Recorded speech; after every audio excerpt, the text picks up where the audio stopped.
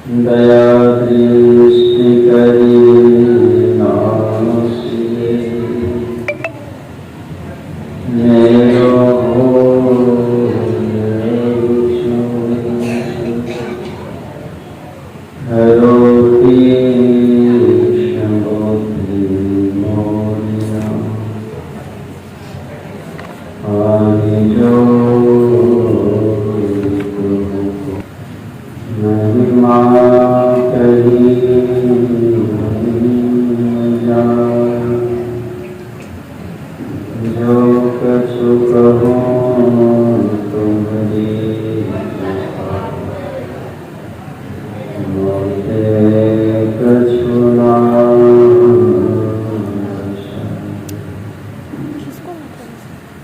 जो कछु कहूँ तुम्हारी किस शुभ अवसर पर ये ज्ञान यज्ञ का कार्यक्रम रखा गया है। हमारे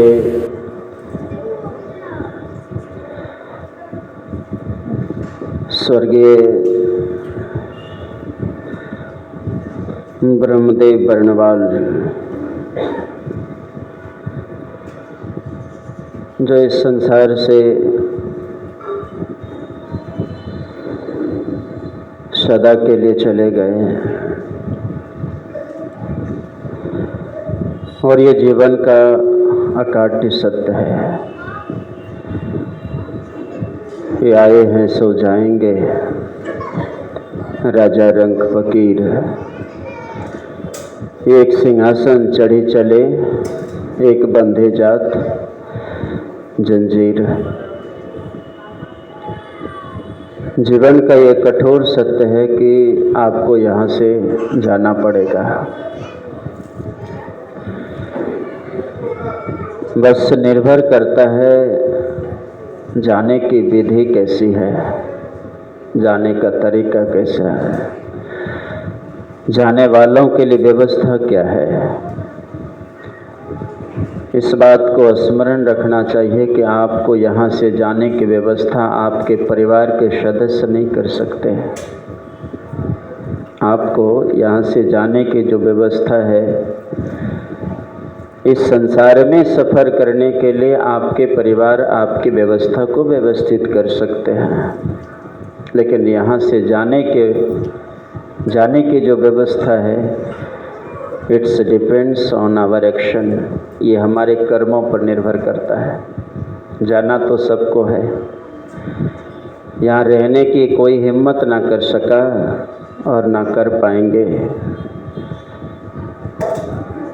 और न वर्तमान में कोई कर सकता है। जाना तो सबों को है, लेकिन जाने की अपनी अपनी तरीका है।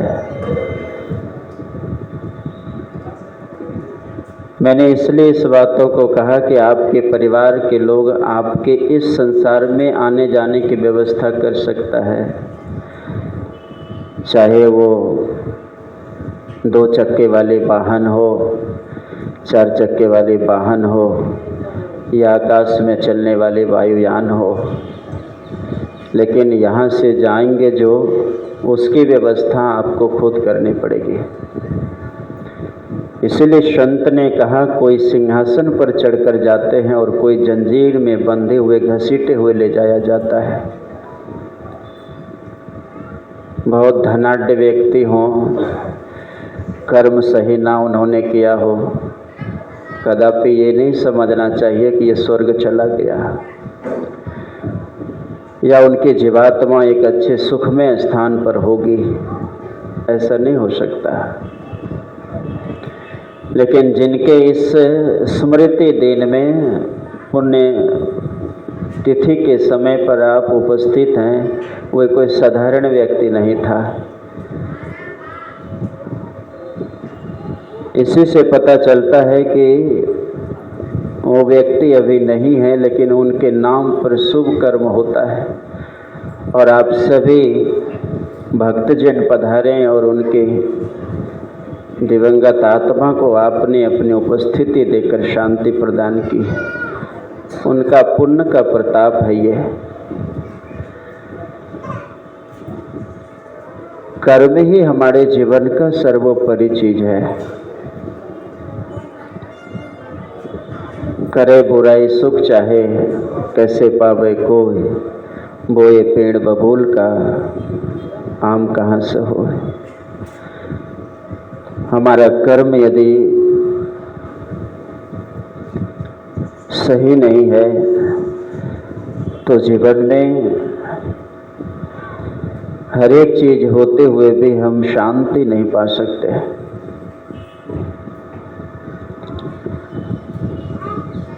कर्म कैसे होगा, कर्म करने की विधि शिक्षा कहाँ से मिलेगी, उसी के लिए सत्संग है। रामचरितमानस में कहा, बिनु सत्संग विवेक न होई, राम कृपा बिनु सुलभ न सोई।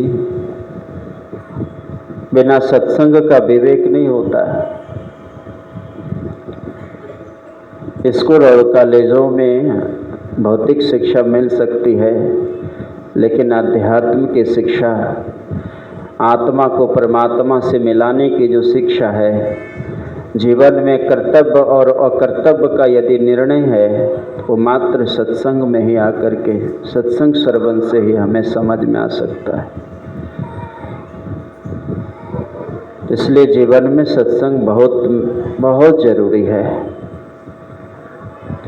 और आप सभी बड़ा पुण्यात्मा है। सत्संग में सब नहीं बैठ सकता, सत्संग में सब नहीं बैठ सकते। सत्संग बड़ा भाग्य से मिलता है, और यह सत्संग राम की कृपा के बिना उन जीवात्माओं को दुर्लभ है। अगर उनके ऊपर कृपा ना हो, राम की, परमात्मा की कृपा ना हो उनके ऊपर, तो सत्संग में नहीं बैठ सकते। बड़ी महंगी चीज है सत्संग। गोस्वामी तुलसीदास जी चित्रकूट में अपने पर्ण कुटी बना करके रहा करते थे। तो भगवान श्री राम कहते हैं, तुलसी साहब, तुलसी जी, आप ये सत्संग कर रहे हैं, और जब से मैं देख रहा हूँ आपकी कुटिया जस की तस है। सत्संग करे क्या लाभ हो रहा है? कुछ तो लाभ नहीं, और बिल्डिंग बन जाना चाहिए आपके, आराम से रहते। संसार की भौतिकता के सुख हुआ करता आपके पीछे, लेकिन आपकी कुटिया वैसे की वैसे बनी, कोई परिवर्तन नहीं। मतलब क्या सत्संग करने से क्या मिला? ना आपके पास कोई बैंक बैलेंस है, ना कोई पैसे है, ना कुछ आपकी पद प्रतिष्ठा, कुछ नहीं। संसार की कोई सुख तो नहीं दिख रही है आपके पास में कि संसार की कुछ व्यवस्थाएं हैं, और आप लगे सत्संग करने में। क्या मतलब है? तुलसीदास जी ने बड़ी विचारा इस बात पर, और बड़ी गंभीर मुद्रा में भगवान राम को कहते क्या हैं, स्मरण करने के योग्य है। उस समय तुलसीदास जी कहते हैं, प्रभु माना कि सत्संग करने से मेरी कुटिया कुटिया बनी रह गई, महल में परिणत ना हो सकी ये कुटिया। और मानता हूँ प्रभु कि संसार की कोई ऐसी भौतिक विषयात्मक सुख मुझे नहीं है। मानता हूँ कि सत्संग से ना मिल पाया, मुझे कुछ नहीं मिल पाया। ये मैं जानना चाहता हूँ, मेरे अंतर के हृदय कौतूहल बस आपसे ये प्रश्न पूछना चाहता है कि क्या सत्संग करने से आप भी नहीं मिलते हैं? सत्संग से भौतिक के सुख की प्राप्ति नहीं होती, मान लिया आपकी बात को मैंने, लेकिन क्या प्रभु ये बात भी सत्य है क्या कि यदि मैं सत्संग करूं और आप ना मिले? तो भगवान चुप हो गए और सर को झुकाकर मुस्कुरा उठा। कोई जवाब ना दे पाया और कहा, तुलसीदास मानता हूँ। हमारे सद्गुरु महाराज कहते हैं कि जो सत्संग और ध्यान करते हैं वो राजा से बढ़कर महाराजा होते हैं। भले संसार की वस्तुएं और संसार की एक छूटने वाली तुच्छ सुख ना मिल सके, गरीबी जीवन जीता हो, लेकिन उनके हृदय में शांति विराजती है। संसार के सुख ना मिले, लेकिन जो ध्यान और सत्संग करते हैं उनके जीवन में शांति का एक कुछ क्षण है, शांति की कुछ उनके जीवन में एक ऐसी जगह है। और ऐसे भी हैं बहुत लोग, मैं तो कई जगह देखा जा करके और सुना भी, बड़े बड़े धनाढ्य व्यक्तियों के यहाँ भी जाकर देखा, कई कंपनियों की फ्लाइटों पर भी सफ़र करके देखा, कई लोगों से मिला। लेकिन जैसे जैसे देखता हूँ कि लोग किस तरह से संसार के सुख पाने के लिए अपने दम तक तोड़ देते हैं, लेकिन अभागा मानव ये नहीं जानता कि सुख, peace is not external, it's only internal things. ये शांति बाहर की चीज़ नहीं है, शांति आपके अंदर की चीज़ है। और अफसोस है सत्संग के अभाव में लोग ना जाने दुनिया की हर चीज़ें देखना चाहता है, हर वस्तुएं को प्रयोग करना चाहता है, और पश्चिमी सभ्यता संस्कृति के आधार पर जीवन को इतना क्या बना दिया है, बिजी। बिजी का मतलब क्या होता है? What's mean busy? बिजी क्या होता है? आप किसी से पूछिए आज, अरे सत्संग में बैठे कुछ सत्संग की बात सुन लीजिए, कहेंगे बहुत बिजी, पढ़े लिखे नहीं भी हैं फिर भी आई एम क्या है, बिजी। बिजी का मतलब क्या होता है? क्या होता है? व्यस्त, है ना। बिजी का मतलब व्यस्त नहीं होता। बी इजी, बी अपने को बनाओ इजी, है ना, अपने को सहज बनाओ। कौन जानता है मृत्यु की बादल मंडरा रही है और कब तुम्हारे ऊपर बूंद गिरेगी और इस शरीर से तुम्हारी एनर्जी को सदा के लिए मिटा दी जाएगी, सोच भी नहीं पाओगे। किसके लिए बिजी? क्या व्यस्तता है? एक मानव को ही ज़्यादा व्यस्तता है, और परमात्मा ने इस मानव के शरीर को क्या बनाने भेजा है? बिजी बनाने, है ना। क्या बनाने भेजा? बिजी, सहज, सहज भाव से। एक बार क्या होता है, एक ट्रैक पर बहुत सारी बोरियां लदी हुई थी अन्न की, और ट्रैक अपने दिशा में जा रही थी, तो एक बोरी गिर गई ट्रैक पर से। अब उसमें चिड़ियाँ आईं और चिड़िया ने अपनी जितनी आहार लेनी थी भरपेट भोजन की और आकाश की ओर यात्रा कर देती है। जानवर आया, बड़ी प्रेम से जितना खाना था खा लिया और चला गया। लेकिन एक 2 पैर वाला जानवर आया, ये मनुष्य पहुंचा और आराम से झाड़ू लिया, बोरी लिया और सारा अन्न उठा के समेट के कंधे पे लेके बोरी लेके चला दिया। इतना हम वो संतोष हैं, सुख चाहते हैं। जिंदगी में संतोष के ठिकाना नहीं, सुख की उम्मीदें। प्रत्येक दिन इच्छाओं की जन्म हो रही है, कल्पनाएं बढ़ती चली जा रही है, इच्छाओं की पूर्ति के लिए जिंदगी बिता देते हैं। आज ये चीज़ की कमी हो गई, पूर्ति करने की कोशिशें चल रही है, फिर पूर्ति हो गई, फिर तीसरी चीज़ की, अरे ये भाग दौड़ का जीवन, ये क्या मतलब है? 2 रोटियां ही तो खानी है, और जिंदा कब तक रहना जो दौड़ धूप कर रहे हैं, ये परेशानी, ये चक्कर। आपको समय नहीं मिलता भजन करने का, बिजी हैं। किसके लिए? क्या पाना था? लक्ष्य विहीन हैं हम, हमें अपना लक्ष्य का पता नहीं है। लेकिन किसी व्यक्तियों से पूछिए, व्हाट्स डू यू वांट, क्या चाहते हो? अगर विवेकी व्यक्ति होंगे तो वो बोलेंगे आई वांट्स पीस, मैं मात्र शांति चाहता हूँ, है ना। क्या चाहते हैं? शांति। कहाँ है शांति? प्रत्येक जीवात्माओं की दौड़ जो हो रही है ना, उसका जो उम्मीद है, उनका जो लक्ष्य है, एक शांति पाने के लक्ष्य है। आप यदि पैसा कमाते हैं ना, तो पैसा कमाने के पीछे क्या उम्मीद है? बैंक बैलेंस नहीं। क्या चाहिए? क्या चाहिए? सुख चाहिए। सुख चाहने के लिए तो पैसे की मांग हो रही है। एक विद्यार्थी यदि कहता है कि मैं पढ़ना चाहता हूँ, इट्स फुल्ली रॉन्ग। अगर कोई कहता है कि मैं पढ़ना चाहता हूँ, ये गलत है। पढ़ना नहीं चाहते हो, आप एक अच्छा रिजल्ट चाहते हो पढ़ाई के पीछे, आपका एम्बिशन है अच्छा रिजल्ट, और ये रिजल्ट भी गलत है।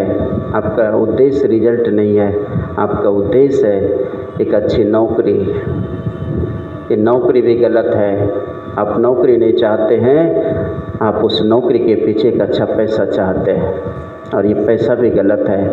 आप पैसे के पीछे शांति चाहते हैं। Your ambition is how to get peace. आपका लक्ष्य है कि हम कैसे शांति पालें, लेकिन इसके लिए यात्रा चल रही है। अध्यात्म से दूर, सत्संग से दूर शांति की खोज नहीं बुझेगी, नहीं मिलेगी। ये प्यास नहीं बुझ सकती है, और यकीन मानिए आप प्यासे रह करके संसार को अलविदा कहेंगे, नहीं मिल सकती है। क्योंकि शांति तो संतों के चरणों में होती है। शांति तो सद्गुरु के चरणों में विराजती है। शांति संसार की वस्तुओं और व्यक्तियों में नहीं है। और परमात्मा ने ये मनुष्य शरीर इसी काम करने के लिए दिया है। और जितना काम कर चुके हैं ना, जो अभी कर रहे हैं ये काम आपने पहले कर चुका है। बच्चों को परवरिश आपने की है, बच्चों को जन्म दिया है आपने, पालन पोषण किया है, सारे कामों को किया है आपने, परिवार बसाया है, घर बनाया है, सब काम किया है। और उसी कर्मों का संस्कार आपके मन पर है, जो आज इस जीवन में भी वही काम कर रहे हैं। वही संस्कार है आपके मन पर, जो इस जीवन में भी वही काम चल रहा है। पढ़ाई करना है, पैसे कमाना है, जीवन का शौक पूरा करना है, बस चल जाना है दुनिया से। परमात्मा इसी काम के लिए नहीं भेजा था। ये तो मनुष्य शरीर के अलावे जो जितनी जीवात्मा है ना, वो भी करते हैं, वो भी इस काम को करते हैं। भगवान राम अभी रामचरितमानस में सुन रहे थे हम सभी, क्या कहते हैं? बड़े भाग हाथी तन पावा, है ना? क्या बोले भगवान राम? बड़े भाग हाथी तन पावा ना, क्या बोले हैं? ओह अच्छा, इसका मतलब आप लोग सुने हैं। हाथी का शरीर सबसे बड़ा होता है। रामचरितमानस में गोस्वामी तुलसीदास जी ये नहीं लिखा कि बड़े भाग हाथी तन पावा, उन्होंने कहा बड़े भाग मानुष तन पावा। और ये शरीर कितना बड़भागी है, तो कहा सूर दुर्लभ सब ग्रंथ ही गावा। सूर मतलब कौन होता है? देवता। सदग्रंथ हमारे शास्त्रों ने कहा है, हमारे सनातन धर्म के शास्त्र कहते हैं कि बड़े भाग्य से ये जीवात्मा को मनुष्य का शरीर परमात्मा ऑफर देते हैं। किस लिए? घर बनाने के लिए, है ना? परिवार बसाने के लिए। किस लिए दिया मनुष्य शरीर? बड़े भाग्य से। का साधन धाम मोक्ष कर द्वारा। जो शरीर दिया है ना, ये साधन का धाम है, ये साधन का धाम है। शरीर साधना करने का धाम है, जगह है मनुष्य शरीर। और एक मनुष्य शरीर ही ऐसा शरीर है जिसमें 10वां दरवाजे परमात्मा ने फिट कर दिया। परमात्मा ने 10वां दरवाजा इस मनुष्य शरीर में लगा दिया कि अब तुम इस चक्र में जो चल रहे हो, आने जाने का, मरना जन्म लेना, अब इस मनुष्य शरीर में चले जाओ। कोई गुरु अगर मिल जाए तो 10वें द्वार में प्रवेश करने का रास्ता बता देंगे और वहाँ से तुम सदा के लिए हम पक्षी उन्मुक्त गगन के पिंजड़बद्ध न रह पाएंगे। कनक तलियों से टकरा कर पुलकित पंख टूट जाएंगे, हम बहता जल पीने वाले मर जाएंगे भूखे प्यासे। कहीं भली है कुटुक ने बोरी कनक कटोरी की मैडम। ये गगन में उड़ने वाली जीवात्मा पिंजड़े में बंद है ना, इस पिंजड़े में बंद है। अगर सद्गुरु कोई मिल जाए, रास्ता बता दे और यदि आप चल पड़े तो आप फिर इस शरीर का वास्तविक लाभ ले सकते हैं। प्रत्येक क्षण विनाश की ओर शरीर बढ़ रहा है, प्रत्येक क्षण नाश की ओर जा रही है शरीर, और हमारा मन बड़ा आराम से है ना। अभी पढ़ाई करनी है, उसके बाद संसार को देखना है, फिर बुढ़ापे आ गई तो किसी तरह सत्संग का सहारा लेना है। अब सत्संग का सहारा ले लिए लेकिन मन संसार में दौड़ रहा है, अस्थिर नहीं हो पा रहा है। तो गोस्वामी तुलसीदास जी कहते हैं कि ये साधन का धाम है और मोक्ष का द्वार है। इसमें का साधन धाम मोक्ष का द्वारा, और पाए न जेहि परलोक सवारा। इसको पाकर के जिन्होंने परलोक को नहीं सजा पाया, नहीं बना पाया, तो कहा सो परत्र दुख पावहि सिर धोनी धोनी पछताए। ऐसे मनुष्य शरीर पाकर के जिन्होंने मुक्ति को नहीं प्राप्त कर पाया, तो कहा उसके बाद क्या करेगा, सो परत्र दुख पावहि सिर धोनी धोनी पछताएं। और दोष किसको लगाएंगे, काल है कर्म है ईश्वर है ना। इतना होशियार हमें ना, सर्टिफिकेट कोई दे दिया ना एक्सपर्ट का, बहुत तेज हैं। कहा काल ही, समय को दोष देते कि समय नहीं मिला भजन करने का ना। इसमें भी बहुत ऐसे एक्सपर्ट होंगे कि समय का अभाव होगा जिनके पास में, कि भजन करने का समय नहीं है। क्या करने का समय है, 24 घंटा तो आप एक काम को कर नहीं सकते ना, 24 घंटा आप सो सकते हैं। 24 घंटा एक काम पर मन टिकेगा, नहीं टिकेगा।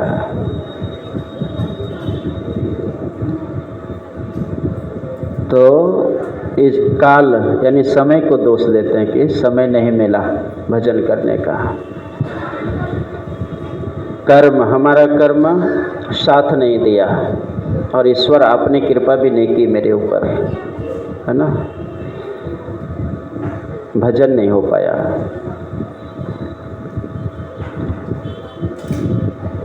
मनुष्य शरीर परमात्मा ने दिया है। पीछे वाले को बोले शांत रंग, सत्संग में आवाज़ बात करते हैं, बात करने के लिए यहाँ हो, घर काम का छोड़ करके सब छोड़ करके आए यहाँ सत्संग सुनने के लिए ना। बोले प्रेम से श्री सद्गुरु।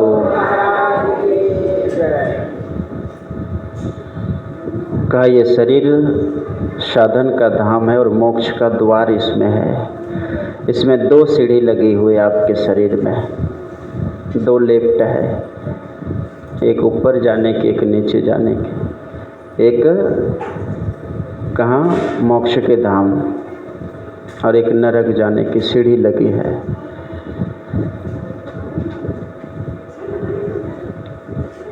तो इसका हम पूरा लाभ ले सकें इस मनुष्य शरीर का।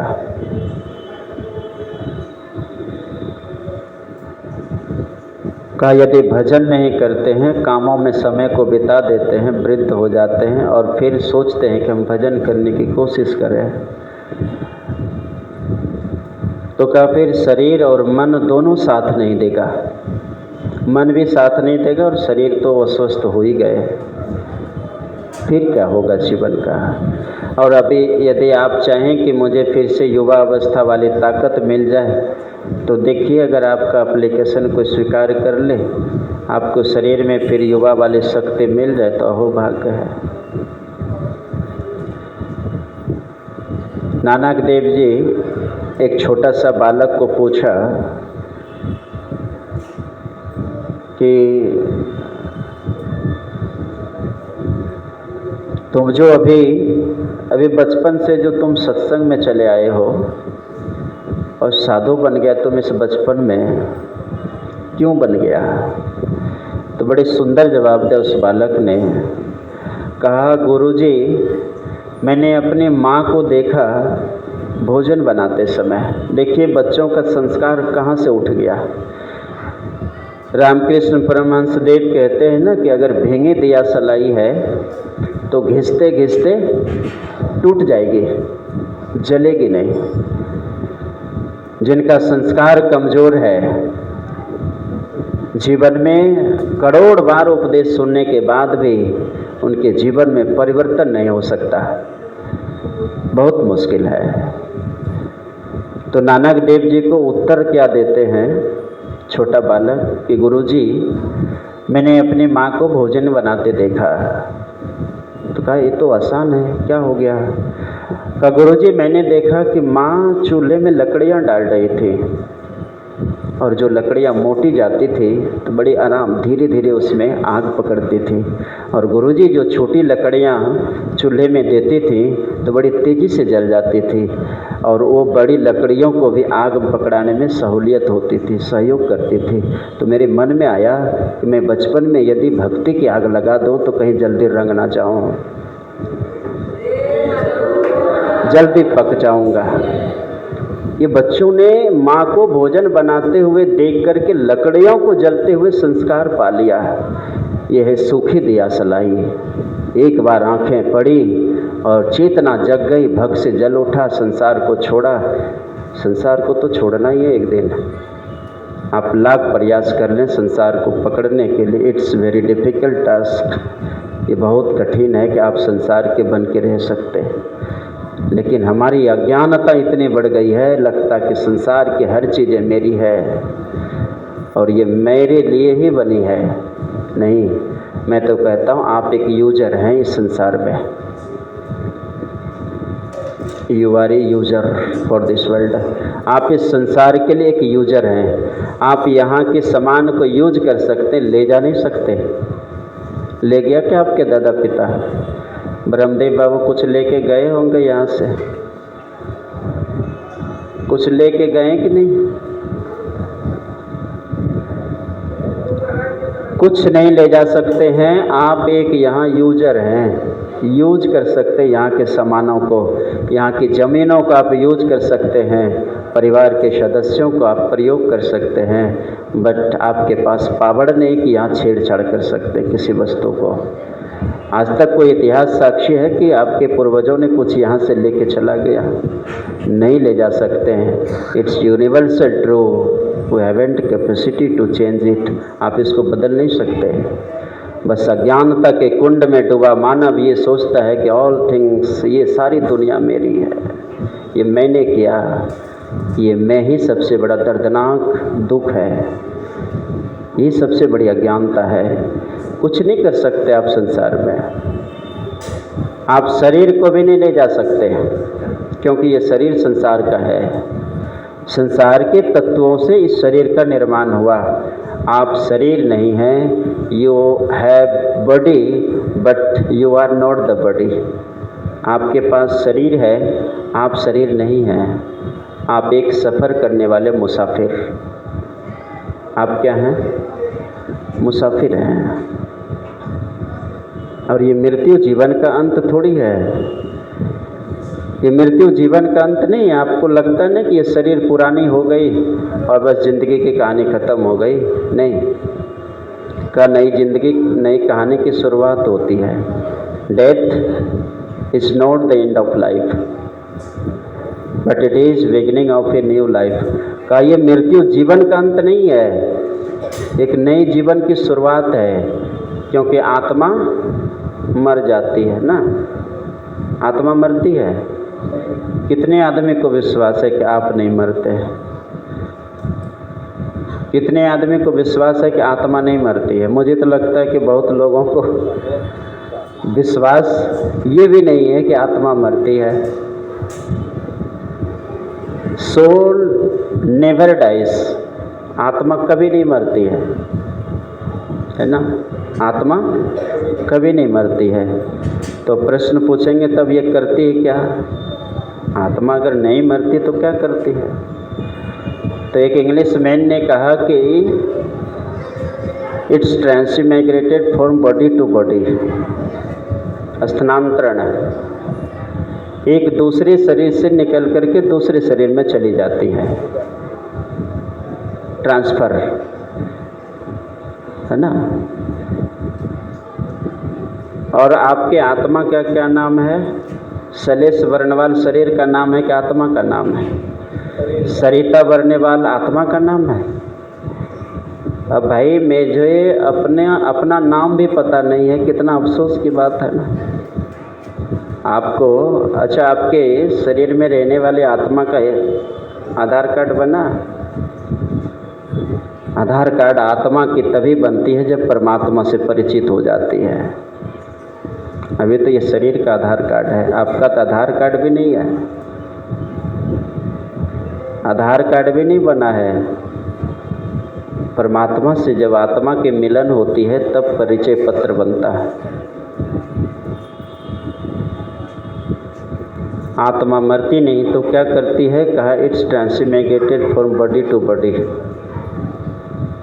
कहा ये जो एक शरीर से निकल के दूसरे शरीर में प्रवेश कर जाती है ये आत्मा, तो ये निर्भर किस पर करती है? तो कहा it's depends on your action, ये तुम्हारे कर्म के ऊपर निर्भर करता है कि तुम मनुष्य शरीर में आए हो और यहाँ कर्म तुम्हारा क्या चल रहा है। कितने को बेईमानी में तुमने हराया, कितनों को तूने ठगा, है ना, और कितना तूने सत्संग में अपने आप को बिठाया और सत्संग और ध्यान में अपने आप को तपाया। ये आपका कर्म है और यही कर्म निर्धारित करता है कि आपकी ये जीवात्मा को फिर किस शरीर में दिया जाएगा। मनुष्य शरीर में हैं और वंचित हैं, दूर हैं सत्संग और ध्यान से, गुरु से दूर हैं। संसार पर उम्मीदें और आशाएं हैं कि हमें कुछ शांति मिलेगी। तो याद रखिएगा, मनुष्य शरीर से निकाल करके परमात्मा कभी आपको हाथी घोड़े के भी शरीर में दे सकते हैं। और एक बात आराम से सुनिए, इस बात को बहुत ज़रूरी है। बहुत लोग ये सोचते हैं कि चलो ध्यान सत्संग तो नहीं कर पाते लेकिन दान कर देते हैं। दान करते हैं लोग, पैसे दान देते हैं ना, सोना चांदी दान देते हैं, या तो कभी कहीं तालाब खुदवा दिए, कुआं बनवा दिए, हॉस्पिटल बनवा दिए, है ना, यात्री भवन बनवा दिए, या भोजन करा रहे हैं लोगों को, वस्त्र दान दे रहे हैं। का यदि हम सत्संग भजन नहीं कर पाएँ तो दान तो दे सकते हैं, पुण्य का काम है।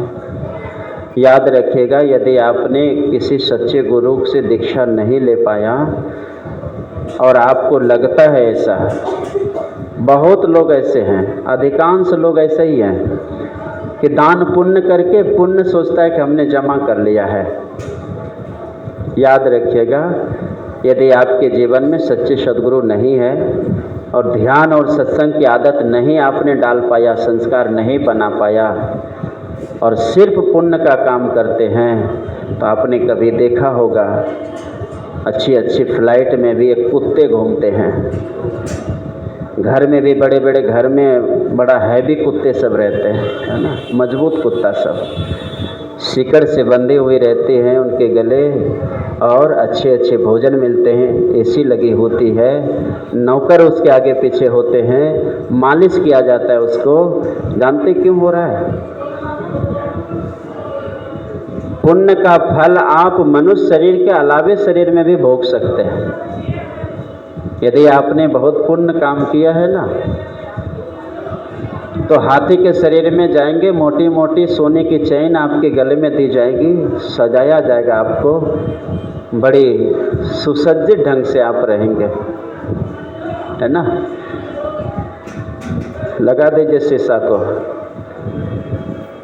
मुझे है काम ईश्वर से, जगत रूठे तो रूठन दे। मुझे है काम ईश्वर से, जगत रूठे तो रूठन दे। दुनिया जो करता है करने दीजिए, मुझे है काम ईश्वर से, जगत रूठे तो रूठन दे। आपको भजन करने में, सत्संग करने में यदि दुनिया रूठ जाए तो रूठने दीजिए, अपने इष्ट को मना लीजिए, दुनिया मन जाएगी, है ना, परवाह मत कीजिए। और यदि इष्ट रूठ गए, दुनिया वाला खुश हैं, तो आपने ज़िंदगी में किसी को खुश नहीं कर पाया। दुनिया का काम है आपका पैर खींचना, क्योंकि पैर वही खींचता है जो आपसे नीचे होते हैं, हाथ तो वो पकड़ते जो आपके ऊपर होते हैं, है ना। जो ऊपर होते हैं वो हाथ पकड़ते हैं, सहारा देते हैं, पैर तो खींचते हैं वो जो आपसे नीचे रहते हैं। तो संसार वाले तो आपको गिराने का ही कोशिश करेंगे, क्योंकि उठाने की क्षमता संसार वालों के पास नहीं है, इनके पास सिर्फ है। उठाने की क्षमता सिर्फ गुरु के पास है, गिराने की क्षमता संसार वाले अनेकों हैं। तो क्या गाना है? मुझे है काम ईश्वर से, जगत रूठे तो रूठे। अब किसी को गाली दे के नाराज मत कर दीजिएगा, है ना, कि तुम रूठो या कुछ भी करो, हम ठीक है, ये नहीं है। आप भजन करें, सत्संग करें, अगर लोगों को प्रिय नहीं लगता तो ये जो समस्या है ना, वो उनकी है, ये उनकी समस्या है। भजन में कैसे मन लग जाए, इतनी सी प्रयास कर लीजिए बची हुई ज़िंदगी में, है ना। गुरु से कैसे प्रीत लग जाए, इतनी सी ज़िंदगी अब बची है, इसका पता नहीं, इतनी सी मेहनत कर लीजिए। संसार से प्रीति करते करते तो कई ज़िंदगी बीत गई, और यही कारण है कि आना जाना पड़ रहा है। संसार से प्रीति करने का कारण ही आना जाना है ना, यही है। तो भगवान कहते हैं कि ये शरीर साधन का धाम है और मोक्ष का द्वार है। कहा पाहे न जेहि परलोक संवारा, सो परत्र दुख पावहि, सिर धोनी धोनी पछता है। काल ही कर्म है ईश्वर ही, मिथ्या दोष लगा है। और क्या कहा? नरतन भव बारिद कह बेरो। कितनी सुंदर बात कही है। सन्मुख मरुत अनुग्रह मेरो। और कहा करण धार सतगुरु दृढ़नावा, दुर्लभ साज सुलभ करी पावा। का ये मनुष्य शरीर भवसागर पार होने के लिए नाव के समान है। ये मनुष्य शरीर क्या है? भवसागर पार होने के लिए नाव के समान है। और कौन है? सतगुरु, करण धार सतगुरु दृढ़नावा। सच में इस बात को आप मानिए कि यदि आपने संतों के शरण को अपनाया है, आपने यदि ऐसे संतों के शरण में जाने की कोशिश की है, अर्थात आपने दीक्षा लेकर के अपने गुरु के, अपने इष्ट के बातों पर थोड़ा भी चलने की कोशिश की है, तो आपके जीवन में महान अंतर मिला होगा, महान अंतर मिला होगा। भले आप इसको यकीन करें या ना करें, आपके जीवन में परिवर्तन हो जाएगा। और इस परिवर्तन को ही गुरु कृपा माना जाता है ना, इसी को गुरु कृपा कहते हैं। सूरदास जी बड़ी सुंदर बातें कही है। रामश्री भगवान कृष्ण कहते हैं कि जो जन उधो मोहि न बिसरे, है ना। आप बैठ जाइए या चले जाइए पीछे, सत्संग में मर्यादा होती है। आपके उधर नज़र सबकी जा रही है, बात नहीं करना चाहिए सत्संग में। राम बोले प्रेम से श्री सद्गुरु। एक बार ध्यान हट जाने से बड़ी दिक्कत हो जाती है। भगवान कृष्ण कहते हैं, सूरदास जी ने अपने पद में लिखा कि जो जन ओधो मोहि न बिसरे, मैं ना बिछारूं छिन एक घड़ी। देखिए भगवान की दृष्टि आपके ऊपर कितनी पैनी है। जो जन उधो, भगवान कृष्ण कहते हैं उद्धव, जो मुझे नहीं भूलता है ताहे ना बिसारो छिन एक घड़ी, मैं उसे एक घड़ी भी नहीं भूल पाता हूँ। जो मोहि भजे भजो मैं वाको, भगवान कृष्ण कहते जो मुझे भजते हैं मैं उसको स्मरण करता हूँ। कल ना परत छिन एक घड़ी, मुझे चैन नहीं मिलता, मैं अपने भक्तों को जब तक ना देख लूँ तब तक मुझे शांति नहीं मिलती है। आप सोचिए कितनी बड़ी बात है, और यहाँ हमें 10 मिनट 15 मिनट समय नहीं है अपने इष्ट को याद करने का। और सूरदास जी कहते हैं जो मोहि भजे भजो मैं वाको, जो मुझे भजते हैं मैं उसको भजता हूँ। काटूं जन्म जन्म के फंदा, अब कितने हितैषी हैं। जन्म जन्म का जो गांठ लगी हुई है, सदगुरु कहते हैं सूरदास जी की काटूं जन्म जन्म का फंदा, राखों सुख आनंद करी। किसको सुख और आनंद में रखते हैं भगवान? किसको रखते हैं? जिसको फुर्सत नहीं है ना भजन करने में, उसी को रखते हैं। जिनको भजन करने का, सत्संग सुनने का फुर्सत नहीं है, उसी को आनंद में रखते हैं ना भगवान। ऐसी तो बातें नहीं कही है का जो मेरा स्मरण करता है मैं उसका स्मरण करता हूँ।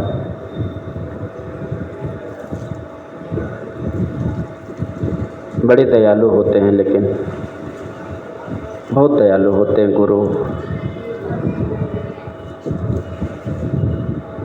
गुरु से बढ़कर दयालु आपके जीवन में कोई हो ही नहीं सकता।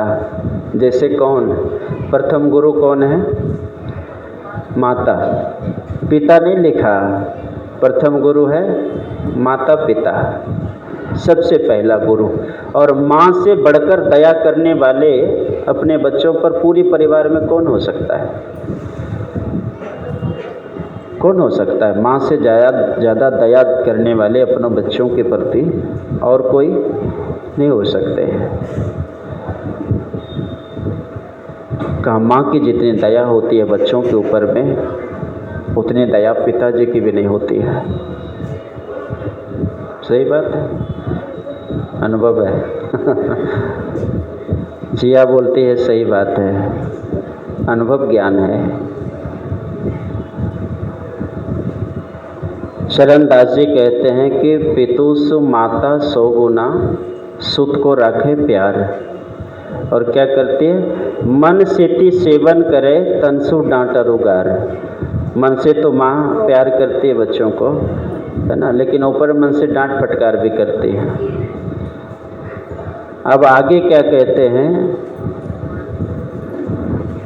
कि माता से मातुसु पिता, पितुसु माता 100 गुना, पिता से माँ बच्चों को 100 गुना प्रेम करती है। पितुसु माता 100 गुना, सुत को रखे प्यार। मन सेती सेवन करे, तनसु डांटा रुगार। आगे क्या कहा? पितुसु हरि, पिता से परमात्मा 100 गुना प्यार करते हैं जीवात्मा को। और हरि से क्या कहा? 3 से 100 गुरुदेव। अब परमात्मा से भी 100 गुना बढ़ कर के गुरु प्रेम करते हैं अपने शिष्य से, जिनसे 100 गुरुदेव क्या करते हैं? प्यार करें। कितनी सुंदर बात है, प्यार करें। और क्या करते हैं? अवगुण हरे, प्यार भी करते हैं गुरुदेव और अवगुण को भी हर लेते हैं। ऐसी बात चरण दास जी कहते हैं। तो सोचिए कि जो गुरु भक्त हो गए उनका जीवन में बेड़ा पार होगा कि नहीं? जीवन की नैया पार होगी ना? गुरु भक्ति साधारण नहीं है।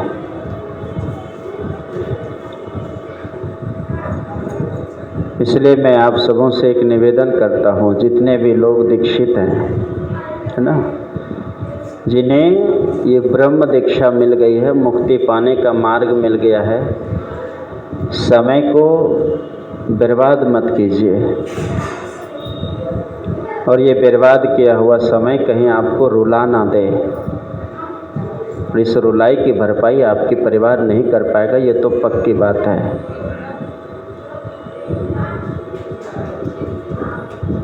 कहीं ये समय रुला ना दे, पश्चाताप की सैया पर आपको तड़पा ना दे ये समय, बीता हुआ समय, कि हमने इतना जीवन बिता दिया, क्या कर पाया। ये जीवन में कहीं अफसोस ना आ जाए। डर नहीं लगता है? डर लगना चाहिए कि जिस आधार पर हमारी जीवन शैली चल रही है, भजन नहीं कर पा रहे हैं, कहीं जीवन बेचैन ना हो जाए।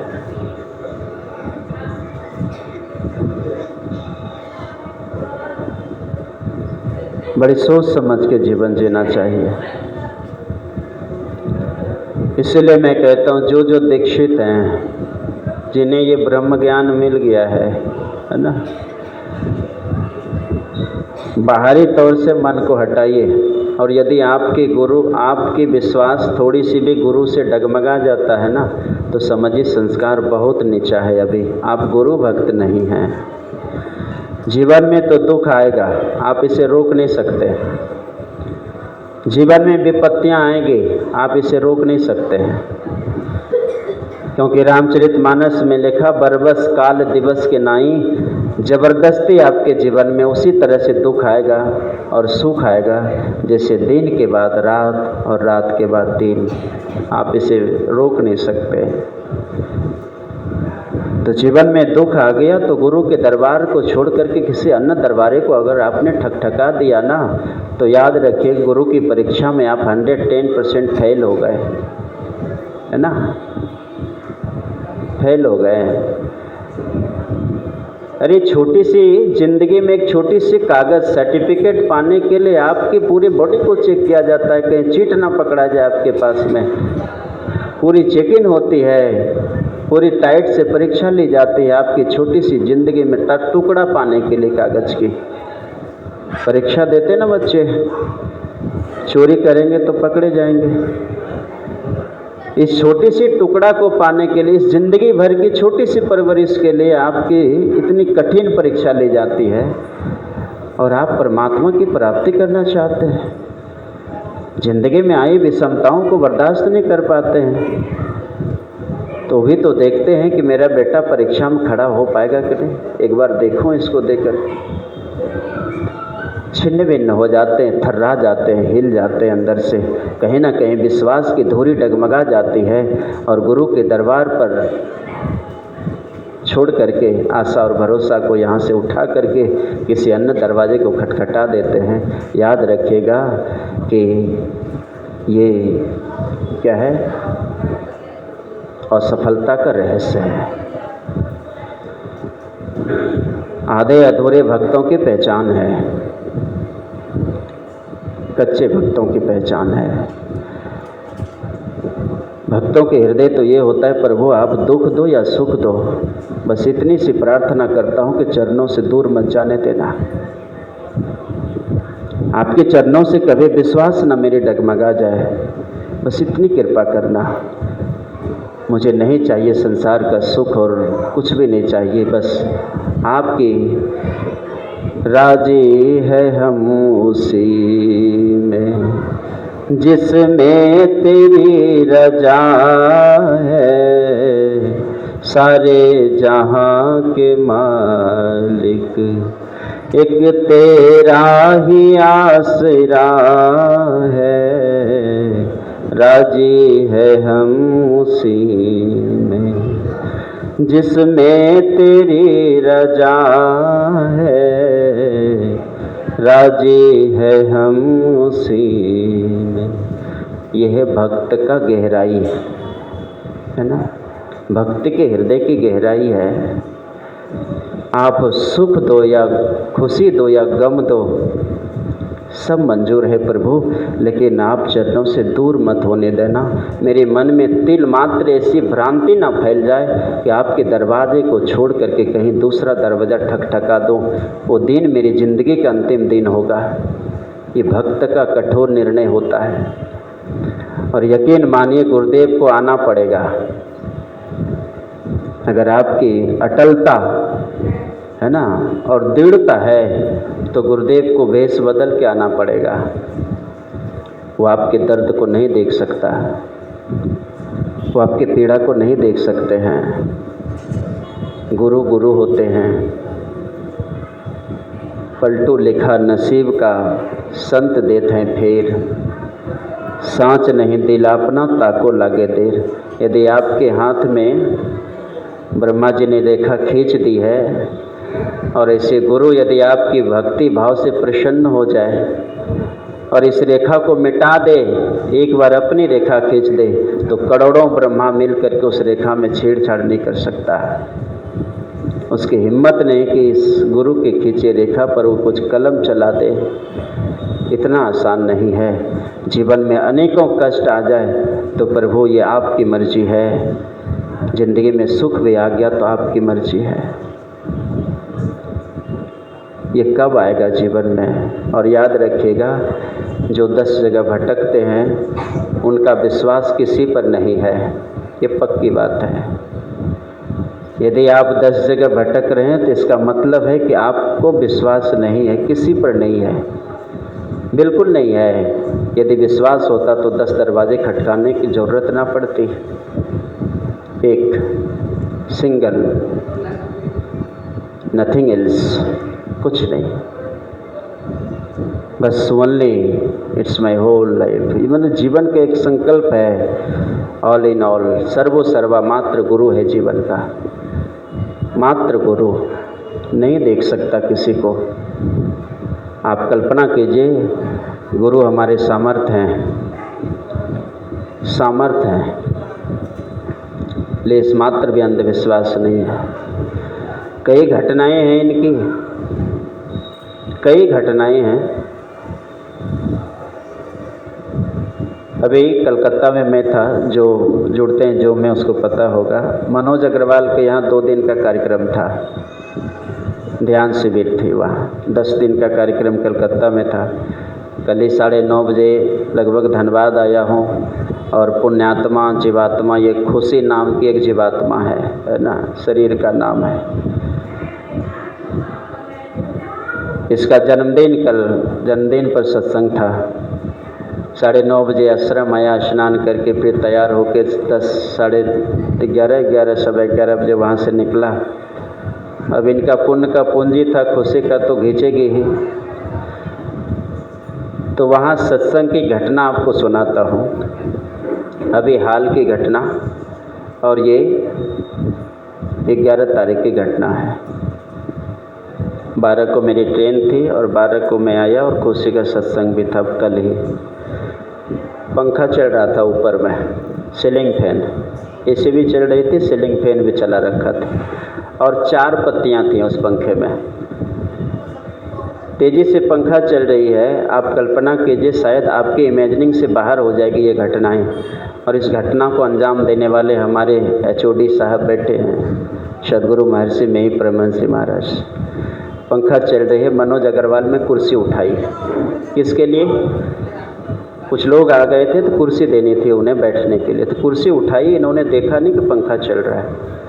इन्हें ये अनुमान ना हो पाया कि मेरी कुर्सी वहाँ से हटेगी। उठाया और पंखे में लग गई कुर्सी, और पंखे की डेने टूट गई, एक पंखुड़ी, और टूट करके पंखुड़ी फैली नहीं, कुर्सी पर ऐसे चिपक गई मानो कि किसी को पता ही नहीं चला कि पंखुड़ी कहाँ चली गई। और इतनी भारी थी कि अगर गिर जाती उस समूह में, बीच में अगर पंखुड़ी गिर जाए चलती हुई पंखा का, तो कुछ तो होगा। अब वो पंखुड़ी कुर्सी पर ऐसे चिपकी, पंखा बंद हो गया। पंखा बंद हो जाती है, उसके बाद देखता है कि पंखुड़ी कहाँ है। पंखुड़ी की खोज हो रही है। पंखुड़ी गुरु महाराज चिपका दिए ऐसे फेविक्विक दे करके कुर्सी में। एक भी भक्त को खरोंच नहीं आने दिया। ये है मेरे गुरुदेव। यहाँ से भरोसा और विश्वास अगर हिल रहा है तो कहाँ जाएंगे? पल पल की रक्षा करने वाले गुरु होते हैं, और गुरु से बड़ा रक्षक जिंदगी में और कोई है? मुझ जैसे अबोध को विश्वास नहीं है, मुझ अज्ञानी को नहीं विश्वास हो सकता। कमी है मेरे अंदर में, है ना, कमी है। जिंदगी की श्वासें अंतिम आपके दरवाजे पर ही छूटेगी। ये संकल्प जीवन का, ये जीवन की अंतिम श्वास आपके चरणों में ही छूटेगी। बस एक लक्ष्य, जिंदगी में परिवर्तन ना हो ये इट्स इम्पॉसिबल। यदि आपके विश्वास में ताकत है ना तो पत्थर को भगवान बना देता है। ये तो गुरु साक्षात नर के रूप में हरि हैं, जो प्यार भी कर रहे हैं आपको और आपके अवगुण को भी हरते हैं। माँ प्यार कर सकती है, अवगुण हर नहीं सकती। पिता प्यार कर सकते हैं, अवगुण नहीं हर सकते, पाप नहीं हर सकते हैं। और परमात्मा दंड दे सकते हैं, उचित और अनुचित का निर्णय सुना सकते हैं, उसमें सुधार नहीं कर सकते हैं। लेकिन गुरु आपके ज़िंदगी में अवगुण को हरते भी हैं, प्यार भी करते हैं और आपको अपने जैसा बना भी लेते हैं। पारस कभी सोना बना सकता है, पारस नहीं बनाता। पारस आप लोहा में सटा दीजिए तो सोना बन सकता है, लेकिन वो सोना फिर कई कुंटल लोहे को सोना बना देगी क्या? सोना को लोहा में सटाइए तो सोना बना सकता है? नहीं बन सकता है। पारस वो धातु को सोना बना सकता है, लेकिन पारस नहीं बना सकता। और संत अपने शिष्य को, संत रूपी पारस अपने शिष्य को सिर्फ सोना बना के नहीं छोड़ता, पारस बना के छोड़ता है। सदगुरु बाबा देवी साहब ने महर्षि मेही परमहंस जी को सोना बना के नहीं उतार दिया संसार में, पारस बना के उतारा है। जो आज लाखों और अरबों करोड़ों जीवात्माएं जो दर दर की ठोकरें खा रही है, इनके चरणों में, इनके शरणों में, इनकी वानियों के आधार पर जैसे लग गया तो शिष्य नहीं गुरु बन के निकलता है ना। शिष्य नहीं बनता, गुरु बनते हैं। प्रधानमंत्री आपको प्रधानमंत्री नहीं बना सकता, राष्ट्रपति आपको राष्ट्रपति की कुर्सी नहीं दे सकते, असिस्टेंट बन सकते हैं। लेकिन सदगुरु आपके जीवन को गुरु बना देता है। बाबा देवी साहब ने महर्षि मेही परमहंस जी महाराज को गुरु बना दिया। यह है संत रूपी पारस का काम। और जिन्हें गुरु में विश्वास नहीं होता है तो याद रखिएगा उसके लिए हर एक दरवाज़ा बंद है, क्योंकि चाबी इधर है। चाबी किनके पास है? गुरु के पास है। चाबी गुरु के पास। एक लक्ष्मी माता के बड़ी भक्त था। लक्ष्मी माता जी उनकी भक्ति से खुश हो गई तो लक्ष्मी माता जी बोलती है कि बेटा मांग तो मुझे क्या चाहिए। तो ये था गुरु भक्त। कहा कि माता जी 1 मिनट आप रुक जाइए, मैं अपने गुरु जी से पूछ लूँ, गुरु जी क्या मांगने बोले तो गुरु जी को मैं फिर आपको बताऊंगा।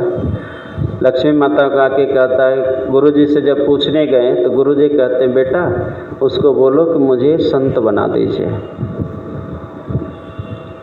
का गुरु जी पक्की बात, मैं यही बोलूँगा। गया और लक्ष्मी माँ को प्रणाम किया और कहा माँ आप ऐसा काम करो कि मुझे संत बना दो। लक्ष्मी माता का टेम्परेचर थोड़ा लो हुआ, थोड़ा अपनी वचन को पूर्ति करने में डगमगाई कि अब क्या बोलूं। तो कहते क्या है कि बेटा ये तो मैं नहीं दे सकती, क्योंकि लक्ष्मी है संतन की क्या है? चेरी, दासी हूँ मैं, तो उनकी दासी हूँ, मैं उस स्वामी कैसे बना सकती, ये कदापि नहीं संभव है। कहा माँ मैं पुनः प्रणाम करता हूँ आपको, आप चले जाइए, मेरे गुरुजी ही काफ़ी हैं, मेरे गुरुजी ही काफ़ी है, नहीं चाहिए। मानता हूँ कि ये भक्ति आपको संसार की वस्तुएं दे सकती है, लेकिन आपकी प्यास कभी नहीं बुझा सकती। आपकी प्यास तो आत्मा परमात्मा के मिलन में बुझेगी, आपकी प्यास तो उस तत्व को प्राप्ति में बुझेगी, और ये तो वस्तु छूटेगी एक दिन। ये आपका सहारा है, सर्वस्व नहीं है। ये जीवन के एक सहारा है। जैसे अभी आप आए होंगे ना ऑटो से, टोटो से, जैसे हम लोग जैसे 4 चक्का से आ गए यहाँ, तो अभी हम 4 चक्का बैठे हैं ना, अभी हम 4 चक्का बैठे हैं ना 4 व्हीलर पर। तो सरिता बर्नवाल के यहाँ किसी जन्मों का कर्ज मतलब परमात्मा का है, इसका पुण्य है ना, जो ऐसा मकान दे दिया है। शैलेश बर्नवाल को तो बड़ी मेहनत किया इसको बनाने में, मुझे पता चला है, बड़ी दौड़ धूप की है सर इन्होंने, शैलेश बर्नवाल ने बहुत मेहनत किया है और इनके पिताजी का आशीर्वाद है। और सरिता बर्नवाल अपने ससुर की बहुत सेवा की है, ये भी मुझे पता चला है। रोती हैं, इन्होंने मुझे बताया कि जो प्रेम मुझे अपने ससुर से मिला बाबा, मैं ये प्रेम अपने पिता से नहीं पा सका। आप सोचिए कि इतना बड़ा आपका कर्म ही आपका परिचय है। Your behaviour is your identification card. आपका व्यवहार ही आपके जीवन का परिचय है ना। परिचय पत्र सिर्फ पॉकेट में नहीं रखा जाता, आपके बॉडी में दिखना चाहिए, आपके वाणी में व्यवहार हो। आपका व्यवहार आपका परिचय पत्र है। और इन्होंने अपने ससुर की सेवा पिता के तुल्य की है। और मैंने इनकी आंखों में आंसू देखा है अपने ससुर के। जब पहली बार ससुर साहब इनके शरीर छोड़े थे तो मुझे ही सौभाग्य मिला था पहली बार सत्संग की सेवा देने में। अपने घर के आगे में इन्होंने पंडाल बनवाया और धन्य है शैलेश बर्नवाल कि अपने पिता की पुण्यतिथि पर हर साल सत्संग कराते। और मुझे लगता है कि ये चौथा साल है कि पाँचवा है, चौथा साल है। चौथा साल में 3 साल शायद मैंने सेवा दी है। प्रत्येक साल अपने ससुर साहब के पुण्यतिथि पर शैलेश बर्नवाल अपने पिता के पुत्रवती जुवती जग सोई रघुपति भगति जासु सुत होई नातर बांझ भल बादि बयानी राम विमुख सुत हिते हित जानी। लक्ष्मण जी पूछने गई है अपनी माँ सुमित्रा से कि माँ मैं भैया के साथ जंगल चला जाऊं? तो माता सुमित्रा क्या जवाब दी है? पुत्रवती जुवती जग सोई रघुपति भगत जासु सुत होई। हे पुत्र, पुत्र कहलाने वाले पुत्रवती स्त्री वही है कि मेरे पास पुत्र है। ये कहने का अधिकार उसी माँ को है जिस माँ का पुत्र रघुपति का भक्त बन जाए। मुझे गर्व है कि तुम्हारे मुख से ये वचन निकला है। ना तेरे बांझ भल बादि बियानी राम विमुख सुत ते हित जाने। का यदि वो पुत्र भगवान का भक्त ना हो तो कहा ऐसे माँ को पुत्र का जन्म देना व्यर्थ था। जो पुत्र पुत्री परमात्मा का भक्त न बन पाया। माता सुमित्रा कहती है कि उस माँ को बांझ रहना अति उत्तम था। कितनी बड़ी बात है। और इस बात को चरितार्थ करते हमारे शैलेश बर्नवाल, इनकी धर्मपत्नी, इनके परिवार के सदस्य के पिताजी की पुण्यतिथि पर हर साल सत्संग का आयोजन। और भाग्यशाली सिर्फ यही लोग नहीं, आप लोग क्या अभागा हैं? अभागा नहीं हैं। अभागे रहते तो सत्संग में थोड़ी आते हैं।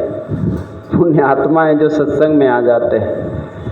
तो आप लोगों का भी बड़ा पुण्य है कि ऐसे पवित्र आत्मा जिनके प्रत्येक साल स्मृति दिवस पर ये महान ज्ञान यज्ञ का कार्यक्रम रखा जाता है। कितने व्यवस्था की। एक बार मैं और पहले आया था, यहाँ नीचे में सत्संग हुआ था और पंचे करने उद्घाटन करने के लिए है ना, तो नीचे बहुत सत्संग हुआ, पूरा भोज भंडारा भी शायद हुआ था ना। कोरोना का समय था, कोरोना माता की कृपा थी उस समय में, बहुत कृपा की है। कितना को होश में ला दी है ना, कितने को संसार का सत्य दिखा दी कोरोना माता ने, कितने को सच्चाई दिखा दिया परिवार का। पुत्र पिता के सबको नहीं छू रहा है। जो पिता तड़प रहा था अपने पुत्र को पालने के लिए, मरते हुए देख रहा, फेंक करके कुत्ते की तरह रोटी दे रहा था, मैंने देखा अपनी आंखों से। कहाँ चला गया संबंध, किधर छिप गई, कहाँ चला गया दर्द, कहाँ प्रेम, कहाँ ममता। पुत्र मर रहा है, कुत्ते की तरह फेंक के रोटी दे रहे हो, लगाओ सीने से, नहीं है क्षमता। जिंदगी की कठोर सत्य है कि आपको इस संसार से जाना पड़ेगा, और जाएंगे तो कुछ ऐसा काम कर लीजिए कि आपको लगेगा कि मैं जब संसार से जा रहा हूँ तो कुछ करके जा रहा हूँ, है ना। ये भाव हमारे जीवन में एक शक्ति आ जाए मेरे अंदर, आत्मबल है। और याद रखिए, आत्मबल जो है ना, धन बल से नहीं बढ़ता है। आत्मबल सत्संग करने से और ध्यान करने से बढ़ता है। शरीर बल कैसे बढ़ता है? काजू किशमिश अखरोट पिस्ता बादाम खा के उठक बैठक करने से शरीर बल बढ़ता है। विद्या बल कैसे बढ़ेगा? अध्ययन करने से और अच्छे शिक्षक मिलने से। धन बल कब बढ़ेगा? मेहनत करने से, है ना, और पैसा को बैंक बैलेंस करने से ना, ऐसे बढ़ता होगा शायद। शरीर बल बढ़ जाएगा, धन बल बढ़ जाएगा, लेकिन अगर आत्मबल नहीं है तो आप बड़ी दुखी जीवन है। आत्मबल, यही जो कार्यक्रम करा रहे हैं और आप लोग जो सुन रहे हैं ना, बैठे हैं सत्संग में, और घर में यदि आप ध्यान सत्संग समय निकाल करते हैं तो आपके पास आत्मबल हो जाएगा। और आत्मबली व्यक्ति जो है वो धर्मराज और जमराज को सीधे फटकारते हैं। धन बल वाले धर्मराज को कुछ नहीं कर सकते। शरीर बल वाले के भी शरीर की बल खत्म हो जाएगी, लेकिन जिनके पास आत्मबल है, ध्यान और सत्संग का ताकत है, उसके सामने जमराज भी आके घुटना टेकेगा, प्रभु चलने की इच्छा हो तो चलें। ज़बरदस्ती नहीं निकाल सकता उसको। धन बल वाले को ज़बरदस्ती पकड़ के खींचेगा शरीर से, निकल, नहीं निकलेगा तो देगा भाला कस के, है ना। और इसीलिए छटपटाता है, वो डरता है कि निकाल रहे हमको अपने घर से। इस शरीर से मोह हो जाता है जीवात्मा को। और जमराज ना, मित्रता कर लीजिए जमराज से, अभी 2-4 करोड़ रुपया दे करके, घूस वूस दे करके अगर काम बन जाए तो बन जाए। सत्संग भजन मत कीजिए और कमा के जमराज के अकाउंट में भेजते जाइए, UPI के द्वारा ट्रांसफ़र कर दीजिए। देखिए व्यवस्था करके जमराज के अकाउंट नंबर, नहीं सलेस आओ, जमराज के अकाउंट नंबर मंगवाइए। बिना ध्यान भजन करने वाले भी आराम से निकलेंगे इस शरीर से। नहीं हो सकता। ध्यान और सत्संग का अभाव के कारण आप धनहीन हैं, धनवान होते हुए भी, है ना। संसार में सब चीज़ है, और यदि आप भजन और सत्संग ना कर पाया तो इस जीवात्मा को ज़बरदस्ती मार के निकाला जाएगा। और किस द्वार से निकलेंगे? 10वें द्वार से ना। जमराज आपको 10वां द्वार से प्यार से ले जाएगा। विश्वास नहीं है? विश्वास मत कीजिएगा। गुरु महाराज क्या कहते हैं? किधर से जीवात्मा को निकालता है? कभी देखते हैं मर जाएगा तो आँख खुली रह जाती है, नाक से खींच लेता है, मुंह से खींच लेता है। तो ये 9 द्वार क्या है? सुख का द्वार है? नहीं है। गुरु महाराज क्या कहते हैं? तन नभ द्वार हो रामा, अति मलिन हो ठामा, त्यागी चढ़ूं 10 द्वारे, दुख पाओ। क्या लिखा है? वो सुख है ना। अच्छा ठीक है। त्यागी चढ़ूं 10 द्वारे, सुख पाऊं रे भाई। सुख पाने का स्थान है आपका आज्ञा चक्र 10वां द्वार। और मनुष्य शरीर परमात्मा ने इसीलिए दिया है, सिर्फ इसीलिए दिया है। तो हमें इस दरवाजे से निकलने की कला जानना चाहिए, है ना। तभी हम सुखी बन सकते हैं, नहीं तो फिर जीवन में दुख ही दुख है। संसार में कुछ देर के लिए सुख है लेकिन दुख है। समय हो गया 5। अच्छा हुआ मेरी नज़र चली गई इधर। तो मनुष्य शरीर परमात्मा ने दिया है सुख पाने के लिए, और सुख दशम द्वार में है। गुरु मिल गए हैं, आप समय निकाल करके भजन और सत्संग में लगाइए, झंझट में मत फंसिए। संसार दलदल है, फंसते चले जाएंगे, उलझते चले जाएंगे, रास्ता नहीं मिलेगा, है ना, रास्ता नहीं मिलेगी आपको, उलझने का संसार है। जितना हो सके बच करके, छिप करके, काम बना करके चलिए। इसीलिए परमात्मा ने मनुष्य शरीर दिया है। और हमारे ब्रह्मदेव वर्णवाल, जिनके पुण्य के प्रताप से आप लोगों की यहाँ उपस्थिति है, आप लोगों का यहाँ पदार्पण है, ये उनका पुण्य का प्रताप है, पुण्य दिखता है। और ऐसे पुण्यवान का सेवा करने वाले इनके पुत्र शैलेश वर्णवाल, उनकी बहू सरिता वर्णवाल, जिया वर्णवाल, उनकी माताजी अर्थात ब्रह्मदेव वर्णवाल के धर्मपत्नी, पूरे परिवार पुण्य का भागी है, जो इस प्रकार के शुभ अवसर में आप सबों को ज्ञान रूपी खजाना को बंटवाती है। ये साधारण बात नहीं है। मैं इन परिवार के पवित्र भाव को नमन करता हूँ और यही विनती करता हूँ कि भाव ऐसे ही बना रहे, जीवन को जीते रहें और अध्यात्म कार्य करते रहें और कराते रहें। और आप सभी भी बड़े मुश्किल से यहाँ पहुँचे हैं, बहुत दूर दूर से आए हैं, तो आपका संस्कार ने आपको खींच करके यहाँ ला दिया। बगल में आदमी, दीवार के बगल में आदमी नहीं घुस सकता, यहाँ नो एंट्री। लेकिन बाहर से आकर के आप बैठ के सत्संग सुन रहे हैं, ये आपका पुण्य का प्रताप है, आपका संस्कार है। और ऐसा ही संस्कार आपका दिनों दिन बढ़ता चला जाए और परमात्मा तत्व की प्राप्ति कर लें। यही समयानुसार आपके बीच में हमारे श्रद्धेय ब्रह्मदेव वर्णवाल के पुण्यतिथि पर रखा। मैं आप सबों से थोड़ी सी निवेदन करता हूँ, ज़्यादा नहीं, कुछ समय के लिए हम लोग मौन होकर के सीधा बैठेंगे, आसन से बैठेंगे और इस पुण्य आत्मा को, ऐसे तो हम लोग की एक परंपरा है, कर्म और उसका सारा निर्णय करने वाला है उसका कर्म, लेकिन हम अपने लिए कुछ देर के लिए सब कोई शांत होकर बैठेंगे और मौन होकर आंख बंद होगी, ध्यानाभ्यास करेंगे कुछ समय के लिए। उसके बाद आगे का कार्यक्रम होगा। श्री सद्गुरु महाराज की